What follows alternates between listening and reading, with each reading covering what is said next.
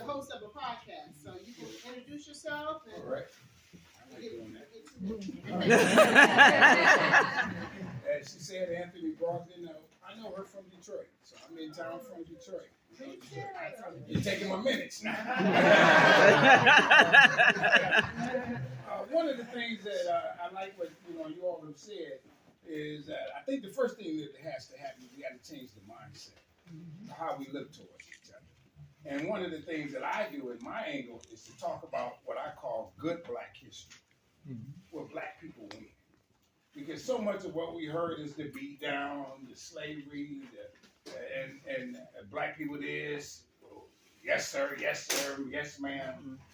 I tell you about slaves who owned businesses. People don't tell that. I didn't know that. I tell you about slaves who went to college, how they got an education, and the schools that they went to. There were HBCUs open before slavery ended. Cheney, Lincoln, and Wilberforce. Howard had a law school 3 years after slavery ended.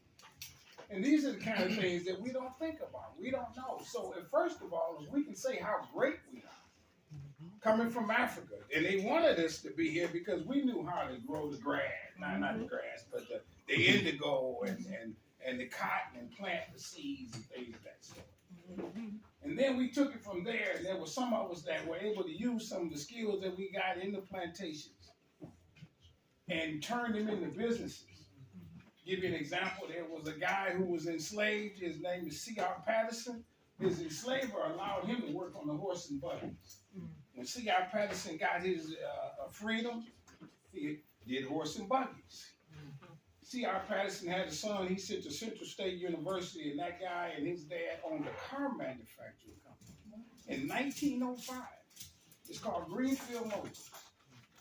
And they competed against Henry Ford. They was beating Henry Ford. But Henry Ford had the money, white guys, so on and so forth. And there's stories like that that we don't hear about. And so that's part of what my mission is. And I thank you for allowing me to have 2 minutes, maybe 2 minutes. I have a podcast it's called Strong Inspirations on YouTube. I've interviewed people all over the world. I do the interviews via Zoom. So take a look at that, subscribe. It's free. It's free for you to show these kids some of these stories. And there's some out of New Orleans, and some out of Washington, D.C., some out of Africa, some out of Australia, some out of Lincoln, out of London. And so I do have copies of the book. You can get an autographed copy. Check this out. It's only $10.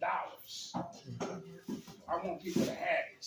I don't need them in my basement. I know what's in it.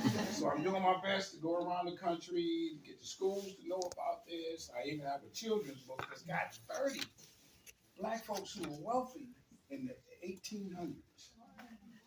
And so much more. I mean, I tell you a little bit of some of the beat down too, and how we got our freedom and so on and so forth. And the daring escapes that we did. And how we made it to be where we are today. And that's what this book does. Because in 1800, if they could do it, and if a young person, if I could have thought that, and knew that oh man, it wasn't just that they took over it and we just yes sir, yes ma'am. But we own businesses and use the money to buy our freedom. People don't know that. Where can we get your book? Right now. It's in my Get it in the bag. But it's also available.